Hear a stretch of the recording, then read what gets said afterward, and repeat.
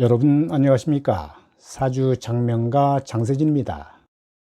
명리학에서 말하는 삼합은 우리가 살아가면서 하나의 사건마디를 형성하기 때문에 사주 해석에서 중요하게 봐야 할 부분입니다.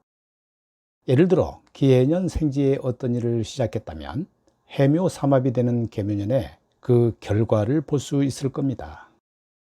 오늘의 영상은 이러한 삼합의 심오한 비밀과 삼합의 오묘한 현상에 대해서 함께 공부해 보겠습니다. 삼합의 특징을 보면 첫째, 삼합은 기, 정신, 목적의 합이고 이에 반하여 방합은 세력, 물질, 의리의 합입니다. 삼합은 정신의 합이라 마음이 맞는 사람끼리 어울리는 것을 좋아해서 정치 모임, 학술회, 공부 모임 등을 좋아하고요. 삼합이 완전하게 되어 있다면 해묘미의 경우 목적성이 강하고 사상이나 정신적으로 무장되어 있습니다. 독립운동하던 독립군이 삼합으로 되어 있다면 국가 간으로 더욱 무장돼 투쟁의 강도가 더 높았을 것으로 추정해 볼 수 있고요. 영화를 보러 가는 보통 사람들은 별 목적 없이 재미로 가는 데에 비해 삼합이 있는 사람은 영화를 통해 무언가를 배울 목적으로 갑니다. 삼합은 목적이 바뀌지 않고 일관성 있게 끝까지 가는데요. 깊이 있게 공부를 하기 때문에 나중에 한 분야의 전문가가 될 수 있는 큰 장점이 있습니다. 둘째, 삼합은 어떤 목적을 가지고 있기 때문에 이상적이라 할 수 있는데요. 이에 비해 방합은 감성적이고 충동적이라 할 수 있습니다. 삼합은 이성적이라 결혼할 때 조건을 따지기 때문에 상대 배우자의 집안, 재산, 학벌 등을 보고 육합은 이런 조건보다는 서로 순간적인 감정의 교감을 중요하게 생각합니다. 삼합은 이렇게 조건을 보고 결혼하니까 이혼율이 적은데요. 반면에 육합은 조건을 따지지 않고 감정적이거나 즉흥적으로 결혼할 수 있어 이혼율이 높은 것입니다. 하지만 이러한 부분도 사주 전체를 읽어야 하는데요. 육합이 되어 있는 것만으로 당신 이혼하겠네 라고 하면 안 되는 것입니다. 육합이라도 사주 구성이 좋으면 더 애정이 깊어 재미나게 결혼 생활을 유지할 수 있는데요. 애정 지수는 육합이 삼합보다 월등히 높기 때문입니다.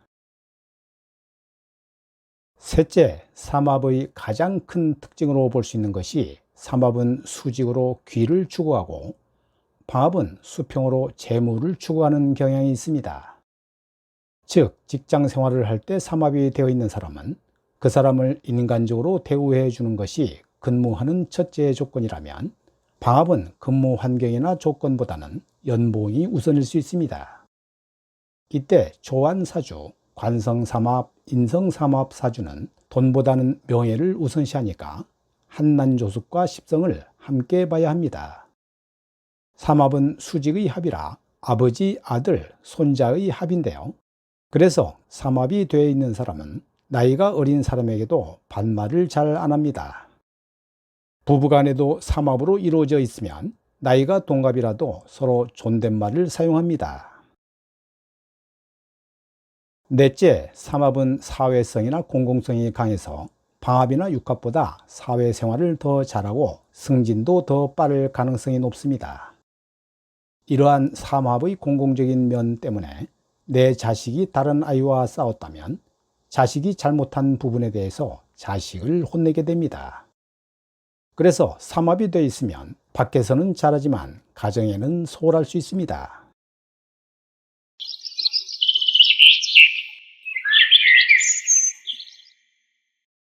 지금부터는 삼합별 특징을 알아보겠습니다. 먼저 인호술 삼합은 화의 삼합인데요. 도시형 물상으로 문화, 예술, 화학, 공업입니다. 인목이 오화를 만나면 인목이 자기 불을 태우는 것으로 자기 목적이나 상상한 것을 실현하는 것입니다. 예컨대 어느 작가가 식상 인목이 있는데 오화 운이 오면 열심히 습작한 것을 세상에 책으로 출간할 수 있고요. 또 좋아하는 이성이 있으면 적극적으로 대시할 수 있습니다. 오화는 인목의 지원을 받아 화기가 오래가고 멀리 가는데요. 화는 그 자체로 강한 것이 아니라 목의 지원을 받았을 때 더욱 강해집니다. 그래서 인목운이 오면 자신감이 넘쳐 직장을 퇴직하고 사업을 할 수 있습니다.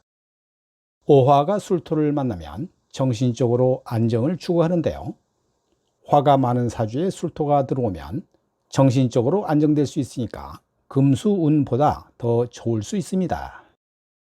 반면 화로 활동을 많이 하고 있었다면 그 활동이 정지될 수 있는데요. 이런 때는 휴식기로 삼으면 좋습니다. 신자진 삼합은 수의 삼합인데요. 제고형의 물상으로 댐, 저수지, 정보산업이 됩니다. 신금이 자수를 만나면 자신을 희생하면서 자수를 생하는데요. 자수가 커지고 깊어지니까 신금으로 공부를 했다면 전문적인 자격을 취득할 수 있는 시기가 됩니다. 또 수는 생식기를 뜻하지요. 수가 발달하면 성욕이 강하고요. 신금이 자수를 만나면 정신적 결합이 더 강해지기 때문에 사주에 화가 없다면 종교적으로 갈 수도 있습니다. 자수가 진토를 만나면 안정되거나 편안해지는데요. 목 일주는 자수가 인성이라 진토운에 공부한 것을 정리하려고 할 것입니다. 해묘미 삼합은 목의 삼합인데요. 개발의 물상으로 건축, 가구, 기르는 것이 됩니다. 해수가 묘목을 보면 새로워지는 것으로 창조, 개척, 개발과 연관이 있으므로 해묘비 삼합이 되면 기획부서 등에 근무하면 좋습니다. 해묘가 되면 화를 봐야 가치가 있고 탄력을 받아 대처 능력이 좋아지지만 화를 보지 못하면 묘목이 해수의 생을 받아 잘 성장하고 꽃을 더 잘 피울 것 같지만 잎만 무성해지고 꽃을 피우지 못하는 나무가 될 수 있습니다. 즉, 열심히 일을 해도 결과나 성과를 얻기 힘들다는 말입니다. 묘목이 미토를 보면 목의 기운이 안정돼서 매우 편안한 상태가 되는데요. 그래서 묘목일지 남자가 미토일지 여자를 만나 연애한다면 몸과 마음이 맞아 헤어지지 않고 결혼까지 갈 수 있습니다. 끝으로 사유축 삼합은 금의 삼합인데요. 신도시형 물상으로 전기, 전자, 기계류가 되고 기찻길로 보기도 합니다.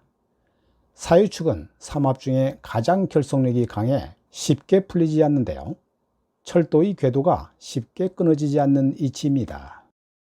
삼합은 생지와 왕지의 관계가 모두 생관계이지만 사유축만은 극관계입니다.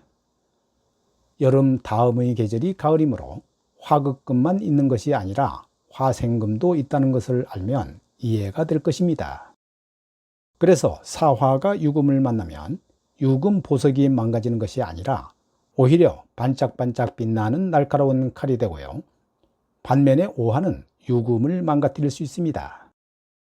특히 일지 사유금의 만남은 종교적인 만남, 교회 목사와의 만남이 될 수 있는데요.